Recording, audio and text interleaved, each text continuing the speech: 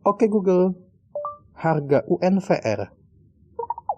Unilever Indonesia ditutup naik 1,8% pada Rp8.400.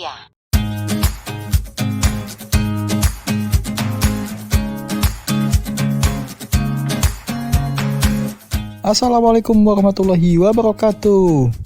Halo guys, welcome back to my channel, di Oki Alves Channel tentunya. Alhamdulillah, pada kali ini saya masih bisa untuk membuat video lagi. Oke, untuk teman-teman gimana kabarnya? Saya harap semua dalam keadaan baik-baik saja dan sehat selalu ya. Dan jangan lupa untuk selalu jaga kesehatan dengan berolahraga ya. Dan juga banyak makan makanan yang bergizi atau enggak minum ramuan-ramuan herbal lah gitu, seperti jahe, kunyit ya, tentunya untuk membuat tubuh kita semakin sehat. Untuk kali ini gue nggak akan ngebahas tentang ramuan herbal. Di video ini gue akan melanjutkan pembahasan pada video sebelumnya ya, mengenai investasi yang bisa dilakukan oleh tunanetra gitu ya.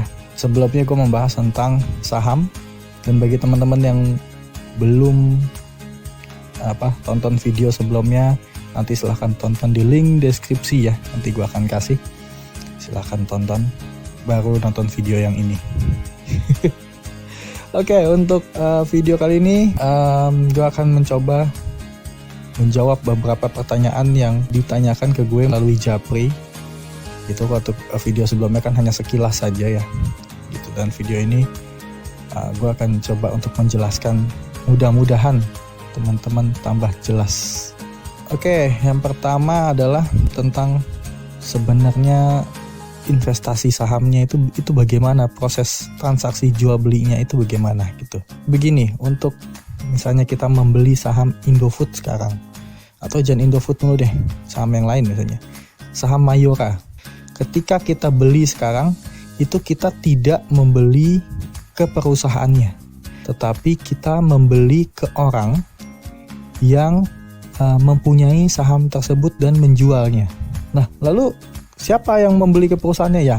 Yang membeli ke perusahaannya adalah ketika orang yang pertama kali beli saat saham tersebut dilepas ke publik, atau biasa orang bilang dengan saat IPO. Ya, nah ketika misalnya perusahaan A IPO di bulan Februari, nah itu orang-orang yang membeli pada saat IPO itulah orang-orang yang membeli ke perusahaan.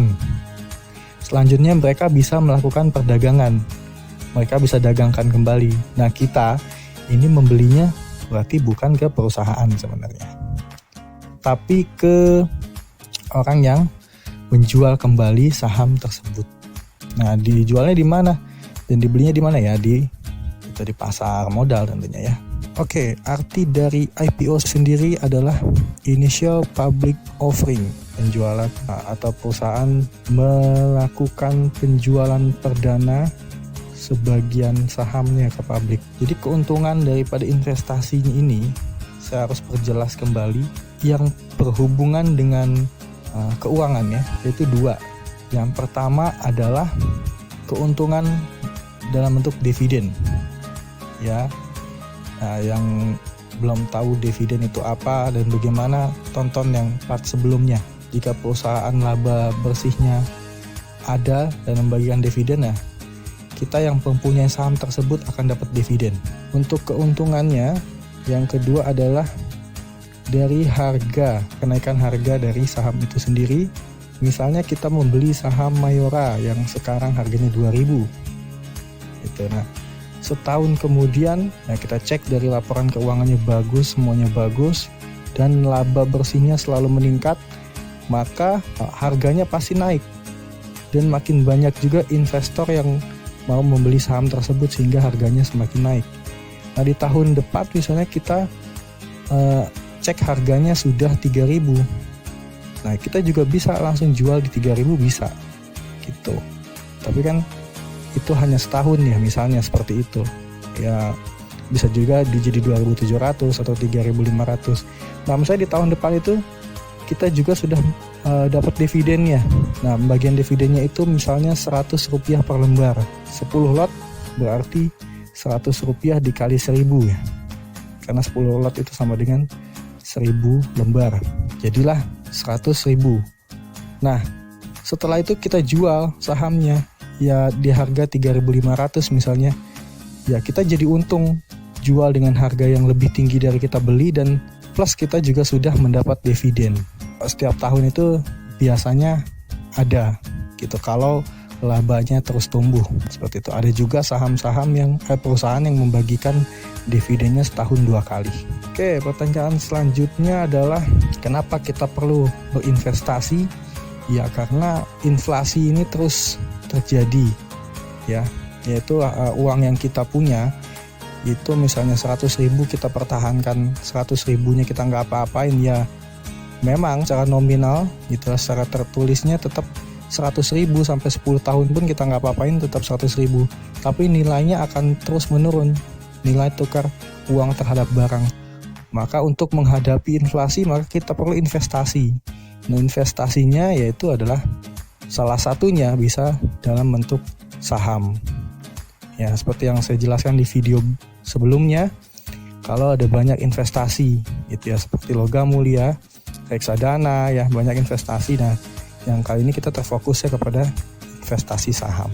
Nah, untuk pertanyaan tentang sekuritas ini hanya sebagai penghubung teman-teman, yang memfasilitasi kita untuk bisa melakukan transaksi jual atau beli saham.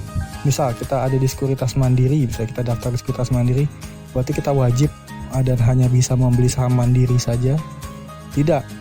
Tapi ya kita bisa beli saham apa saja itu yang diperdagangkan, sudah go public, artinya sudah terbuka, dan harganya pun ya sama pastinya. Artinya ketika di Sekuritas Mandiri misalnya kita cek sekarang harganya 3.000, ya di sekuritas manapun 3.000. Ya karena pasarnya kan satu, itu aja. Oke, mungkin sekian video dari saya untuk kali ini. Kalau ada yang masih belum jelas bisa ditanyakan di komentar ataupun WhatsApp di 0838 7378 2571. Sekali lagi di 0838 7378 2571. Mohon subscribe, like, dan share video ini jika kalian merasa bahwa video ini bermanfaat, dan nantikan video berikutnya seputar investasi saham. Terima kasih.